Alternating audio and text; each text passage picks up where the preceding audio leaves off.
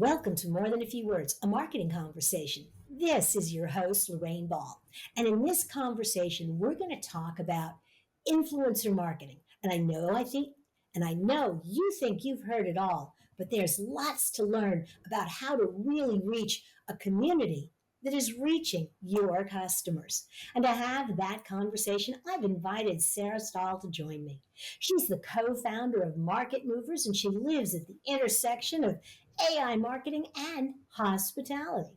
And she's 100% focused on organic search and direct booking strategies because that's the future of hospitality marketing. It isn't about chasing algorithms. It isn't about building brands breasts. It isn't about building brands guests can forget. Always creative, always candid. Sarah, welcome to the show. Thank you. So happy to be here with you. I am so happy to have you on the show, and I'm so happy to have this conversation. And I want to start off with something we were talking about off air. Even though your expertise is very heavily focused in hospitality, I think there's broad appeal and lessons in there for every marketer. What would you say is one of the biggest lessons you've learned with influence marketing that makes sense for any business? Yeah, so I've actually been in marketing for over 15 years. Just in recent seven, I've shifted over to hospitality. And so I look at the industry as a whole quite a bit and what's happening. And so what I have watched happen in the industry as far as consumer behavior, because that's what we as marketers care about is consumer behavior and how do we communicate with them as that's shifting. And the biggest issue that I've seen happen over time is this lack of trust in the marketplace. So, regardless of what industry that you are in, consumer behavior trust continues to decline. And that's a fact. And so they don't trust the brand voice, the brand content as much. They assume that it's the most polished, their best foot forward, and people want to know the reality. And so they look to creators more and more to understand the reality of what their experience will also be like.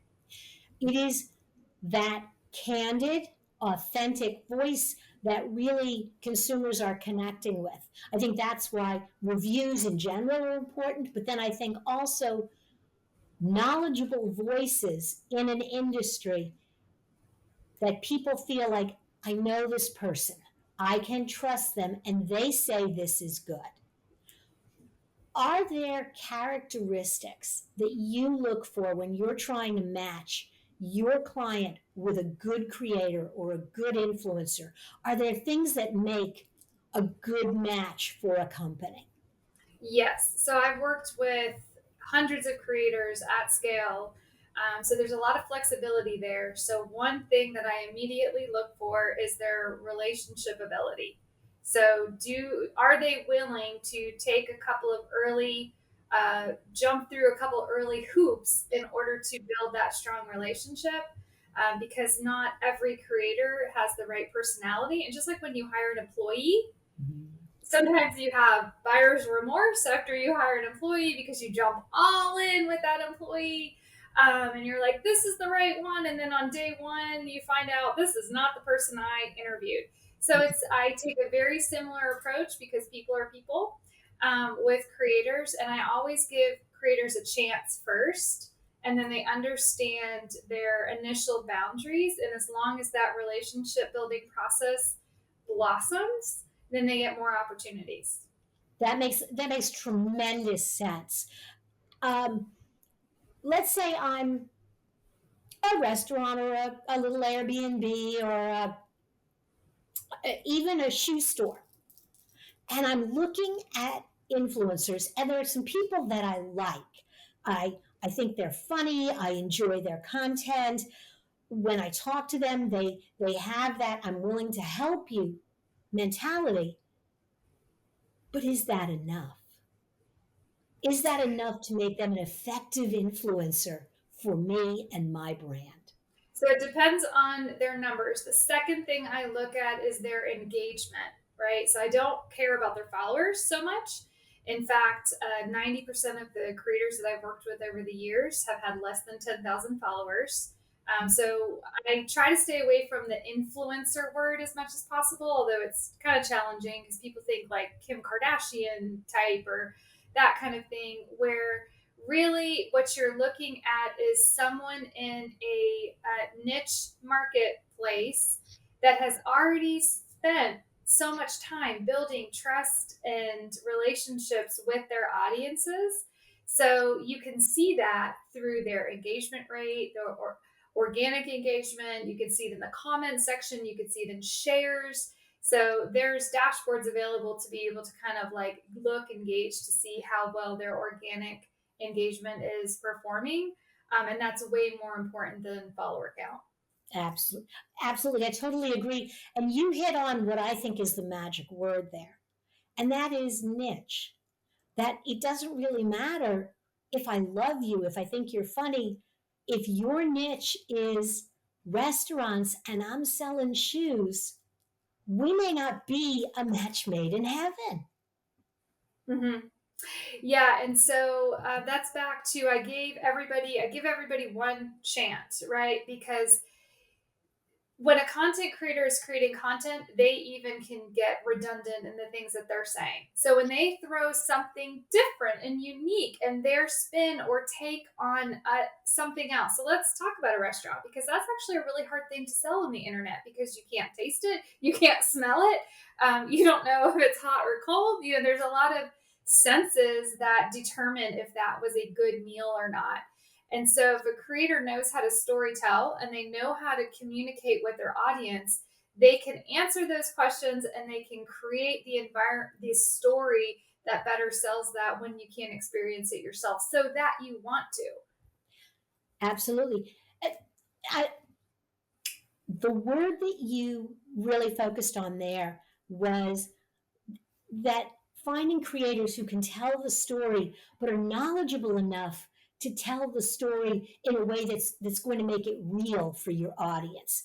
Yeah.